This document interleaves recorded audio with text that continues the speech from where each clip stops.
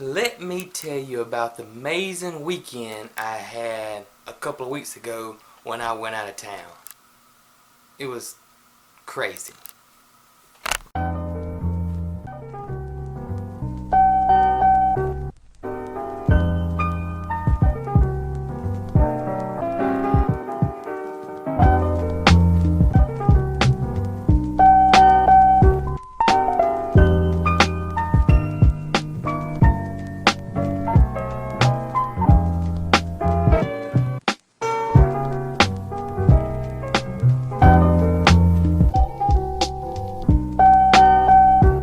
If you keep up with our channel, you probably know that my great friend is Chef Scott Peacock.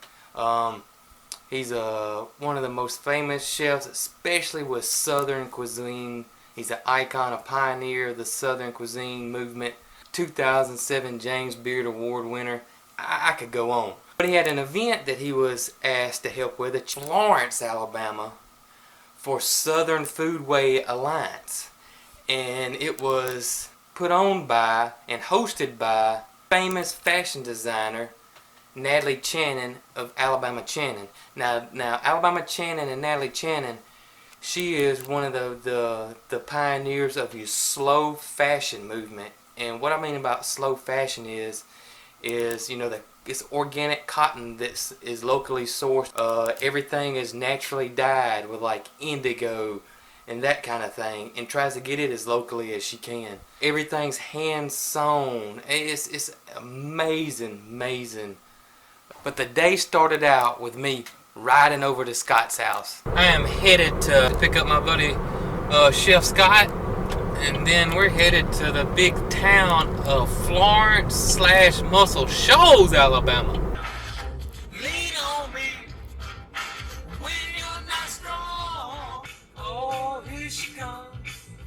Watch out, boy, she'll chew you up. We are young. Our love grows cold. Our memory has just been. Don't you want me? Then I get to Scott's house. We load up the car, and then we head to Florence, Alabama.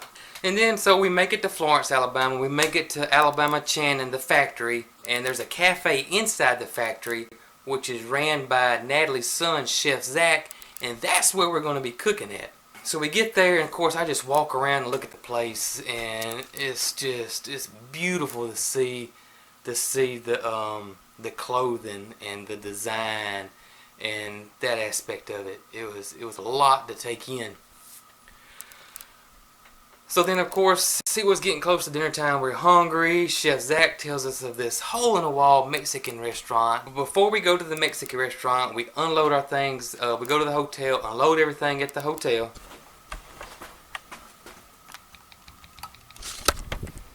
Fixing to go grab some dinner at a Mexican restaurant.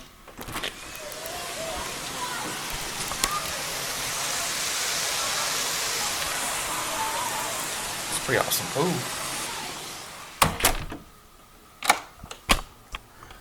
Fixing to go grab something to eat at a restaurant and get ready for the big event tomorrow. Now this Mexican restaurant was in an odd place, a hole in the wall. It was on the side of a package store, but it was amazing. So we just got through with dinner. It was a hole in the wall, super authentic Mexican restaurant. I had 3 tacos, the pastor, I had a tongue taco and a cheek taco, and they were absolutely fabulous. I'm talking about fabulous. Really good. Now it's just get some sleep. Got to get up pretty early in the morning and help with this big event. And I get up and it's the next day. Time to get up, time to get this party started.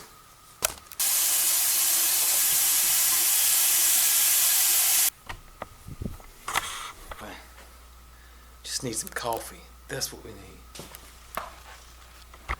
Not quite for sure what river that is. Maybe the Tennessee? I know I have to map that. Beautiful sunrise. Beautiful sunrise this morning.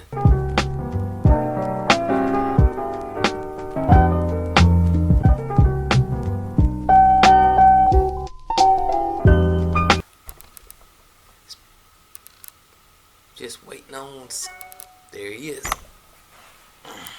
So we get there and we get to work. Also, who came in was who came to help and to be at the event was Angie Mosier, who is a food writer, a food stylist, a food photographer, and is an awesome cook.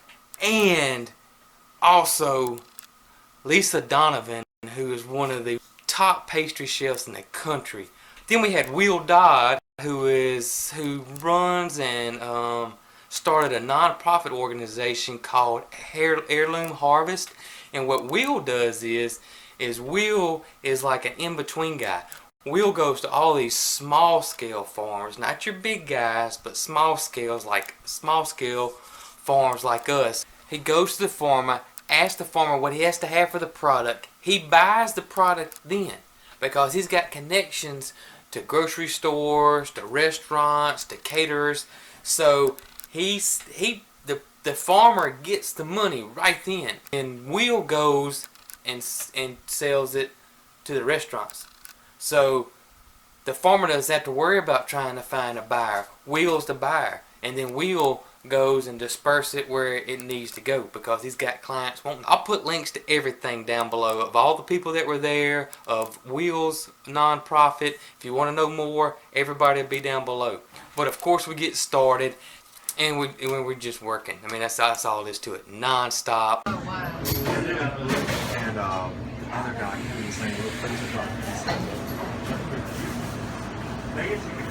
One thing that did blow my mind was we're out there working and then talking to these people that were there for the event, that there to eat Scott's food. There were several people that lived in Georgia, because that's where Scott's restaurant, the Watershed, was, that drove from Georgia over to Florence, Alabama to have Scott's food one more time. But the one that really blew my mind, there was a couple from New York City that was friends with Roseanne Cash, which is one of Scott's best friends. They had been talking to Roseanne. They flew from New York City just for this event to have a meal prepared by Scott. That just blows my mind. Scott's menu that he made, the meal he made, it was a 3-course meal with hors d'oeuvres at the beginning. The starters were fresh oysters, Alabama oysters, Miss Edna Lewis spicy dipping sauce.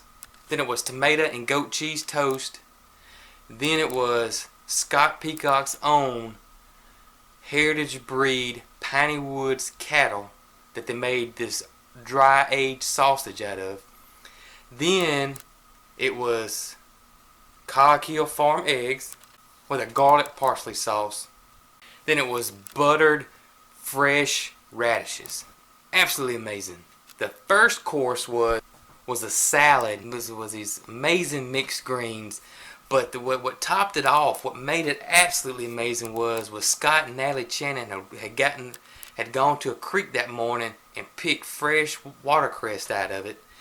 And then somebody also brought fresh mountain laurel flowers from that morning. Brought that morning. And that was a salad. And it was absolutely phenomenal. The second course was a soup Scott made that he called straddle soup, because it straddles the seasons. And whatever's in season or that at that period in time is what he used. So it had a lot of kale, had organic carrots. It had stock made from our chickens that we brought with us. It really was great. And then it had hot water cornbread that they used to dip into the soup. Scott's really known for making biscuits. That's one thing that in the cooking world and the chef world people know about Scott, and biscuits, because he is supposed to be one of the best biscuit makers that ever lived.